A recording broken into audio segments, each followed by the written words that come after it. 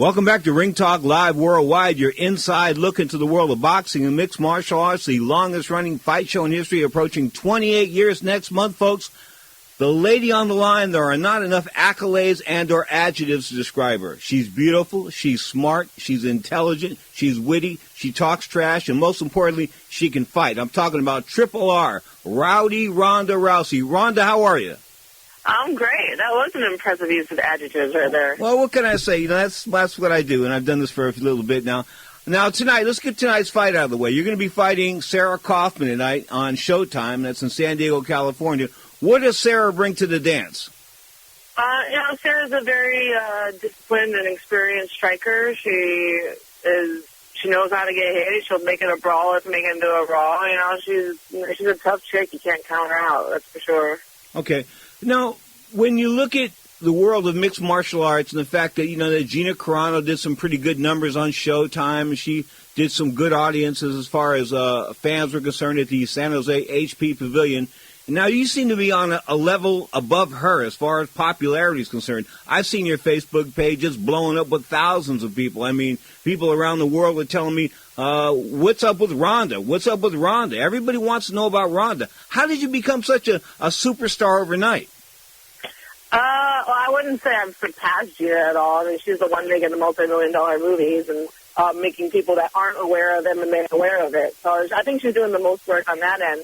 But I don't know. I guess I just saw the state that women's MMA was in, and I just felt like we have to find a way where it's impossible for us to be ignored. So I did everything I can to get as much attention as possible, and strangely enough, it all worked. Yeah, I think you are getting quite a bit of attention because, as I said, everybody's talking in the world of MMA about Rhonda Rousey possibly fighting Chris Cyborg Santos. Do you have a problem fighting a woman that needs to shave about 4 o'clock in the afternoon?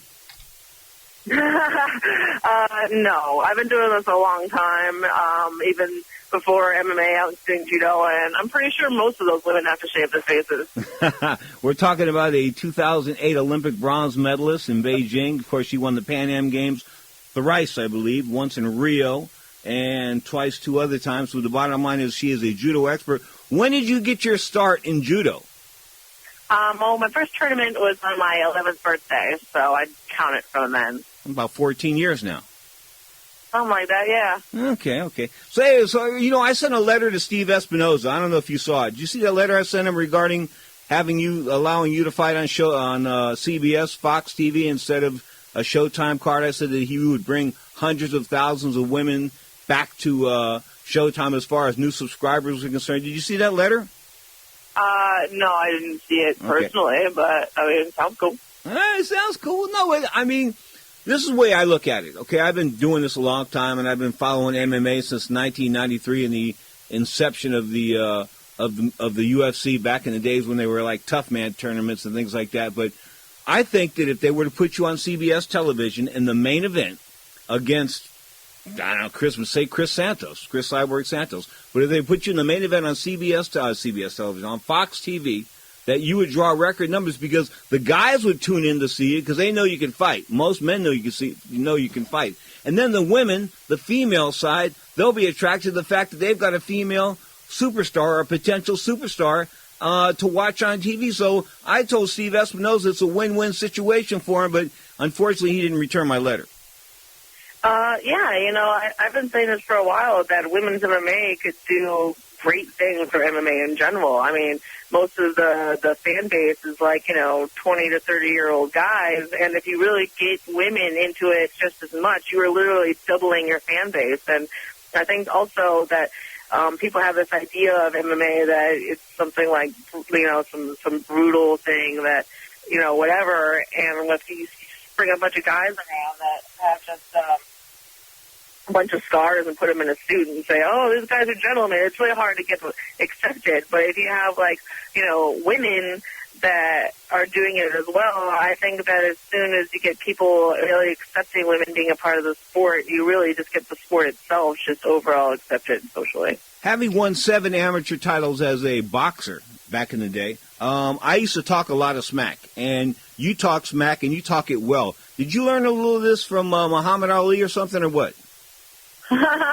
No, I mean, I'm a fan of, both sports, and I just kind of look around at what's been working, and then I pick and choose what other people have done, and I found entertaining, and kind of try and fit it around to my own style. I mean, it's just like, we're not just athletes, we're entertainers, and I'm just trying my best to keep people interested and make them, not just want to see the fights, to want to know the fighters. And as long as I can keep that up, then awesome. It's, it offends some people, it entertains others, other people love it, it's not, well, I don't want everyone to love me. I want everyone to disagree about me, so it becomes a hot topic of discussion. Triple R is in the house. Rowdy Rhonda Rousey, folks, the hottest MMA fighter in the world right now, I think. She's 5-0 with 5 submissions.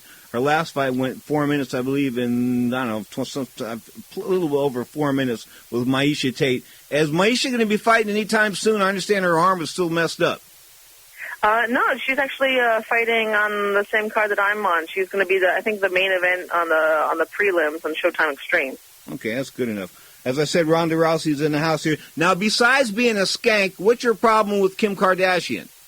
Look, I don't mind the people that work for Playboy or people that are porn stars or do all those kinds of things.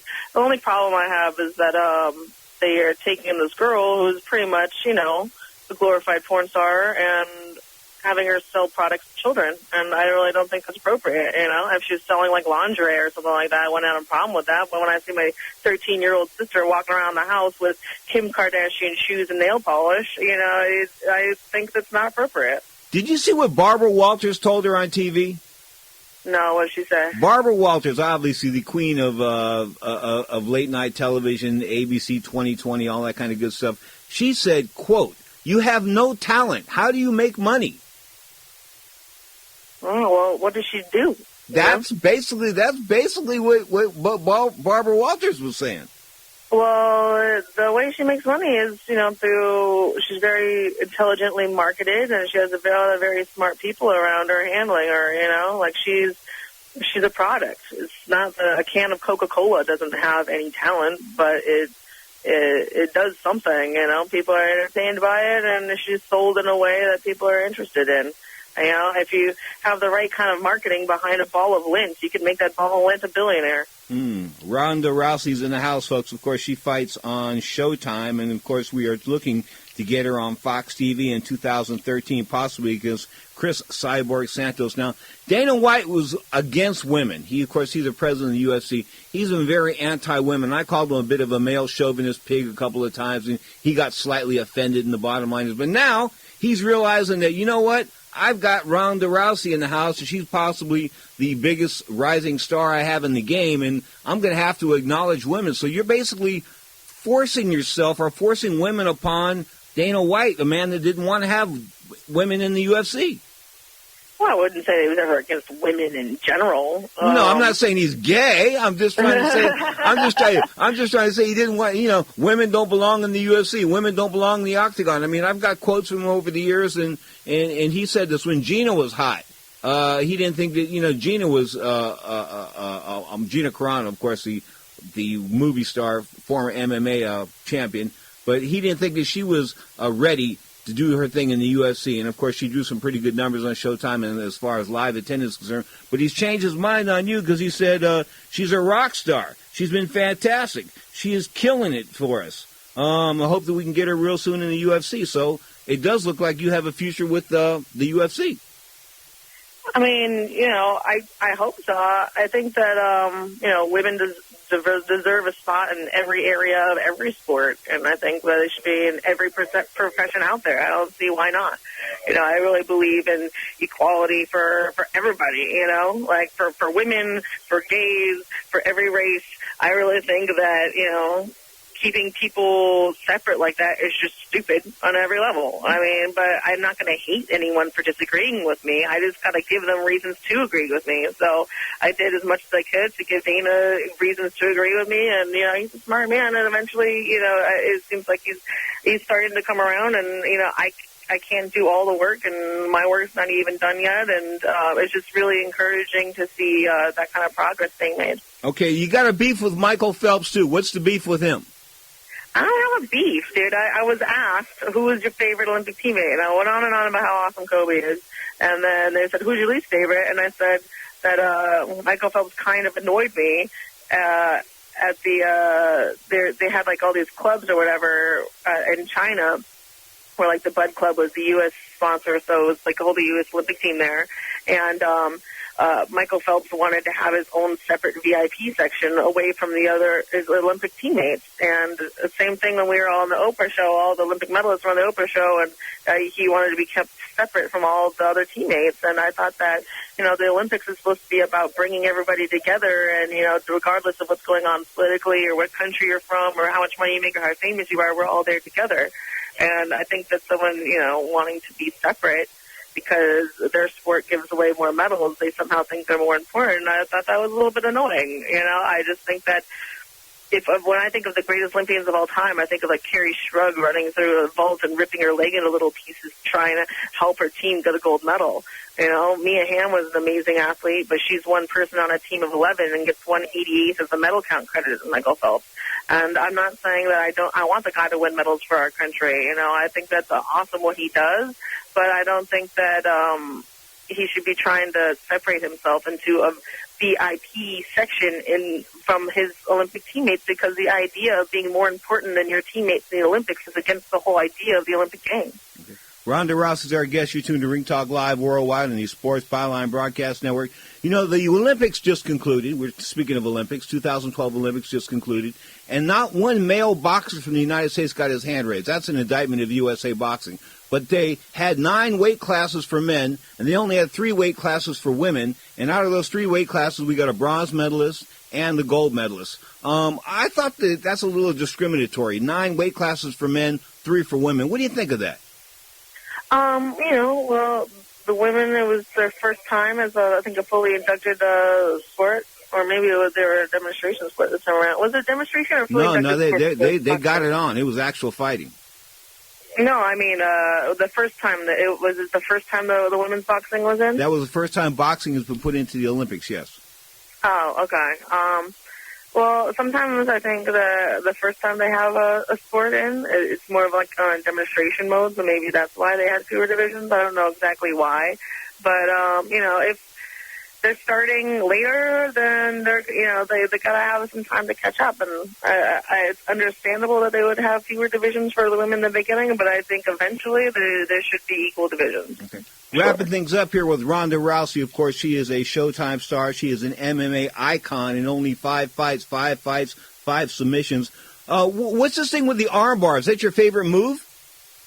No, it seems to usually be my first inclination. My mom was a world champion in judo, and she tore her knees out when she was 17. So her big thing when she fought was arm bars. She won everything but arm bars almost always. And so I learned them very young. And with judo, the ways that you can finish a fight that would still go into MMA is you can armbar the person, you can choke the person, and you can get a TKO by like pinning the person and punching them around. All right, I talked about how that's just one of the ways you can finish. All right, I talked about how beautiful you are and how articulate you are. Now, do you see yourself following Gina Carano into Hollywood or what? I'm just kind of letting everything happen organically. I really am just a fighter right now. I feel like some movies, like making movies, is kind of a death sentence to your fighting career because say you got 6 months of filming, 6 months of promotion, and it's a whole year that you're not 100% devoted to fighting. And then this is a sport where someone's trying to kill you every couple of months. You need to have 100% of your attention focused on that. So until I feel like I'm really past all I've wanted to accomplish in fighting, and then I will start entertaining the idea of like going into different fields. But I'm kind of waiting for that stuff to come to me. I'm not really chasing after it right now. Right. I'm a fighter. Last question for the First Lady of MMA. Chris Cyborg Santos, she was popped for steroids. Gina Carano told me before and after their fight that she thought that Chris was taking steroids. Will you ask for some type of special testing for her, like an Olympic-style random drug testing if you do fight her in 2013? You know what? As long as she fights at 135 pounds, I don't care if she's injecting a horse semen into her eyeballs. I'm going to beat that girl regardless, and I'm going to prove a point that you don't need to dope to win. And if they want to test her extra, fine, go ahead and do that. But regardless, I'm going to beat that girl to the ground. Rhonda, it was a pleasure to meet you in San Jose at the card a few weeks ago. I think it was a UFC card. But the bottom line is I do think that you are the future of MMA, be it male or female. I'm talking about the future of the game. I wish you the very best of luck in your endeavors. As I said, with all those accolades and adjectives, you are the real deal, young lady. Oh, thank you so much. I appreciate the confidence and support. The great Rhonda Rousey, folks. Triple R, Rowdy Rhonda Rousey on Ring Talk Live Worldwide right here on the Sports Byline Broadcast Network.